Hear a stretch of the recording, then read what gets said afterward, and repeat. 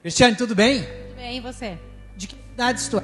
Sou de Venâncio Aires. Quando é que tu conheceu o Osóx? Eu conheci a Osóx foi mais ou menos em fevereiro, foi final de fevereiro, quando o João e o Gilberto foram lá me visitar. E eu não fazia nem ideia do que se tratava. O João só me falou que era alguma coisa de ozônio e tal, e eu comecei a pesquisar antes de conversar com eles, porque ele tinha me falado só por telefone. E eu já conheço o João há muitos anos.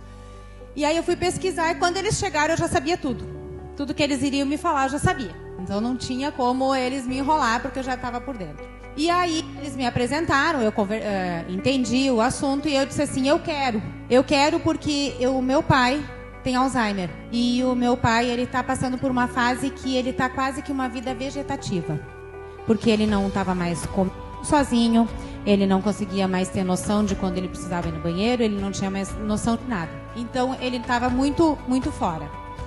E aí eu disse, eu quero esse aparelho.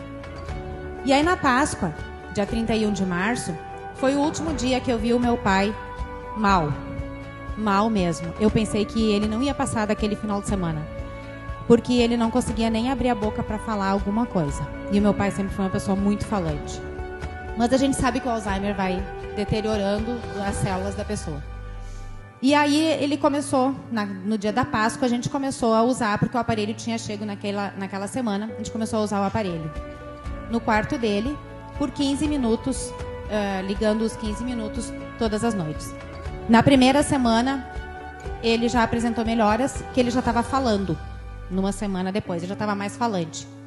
Na segunda semana, ele já estava conseguindo levantar para caminhar, já estava saindo da cadeira de rodas para levantar. Na terceira semana, eu vi o meu pai falar muito e caminhar por 10 metros. Aquilo foi a melhor emoção que eu pude ver. Depois de muitos anos, ver o meu pai sem poder fazer nada.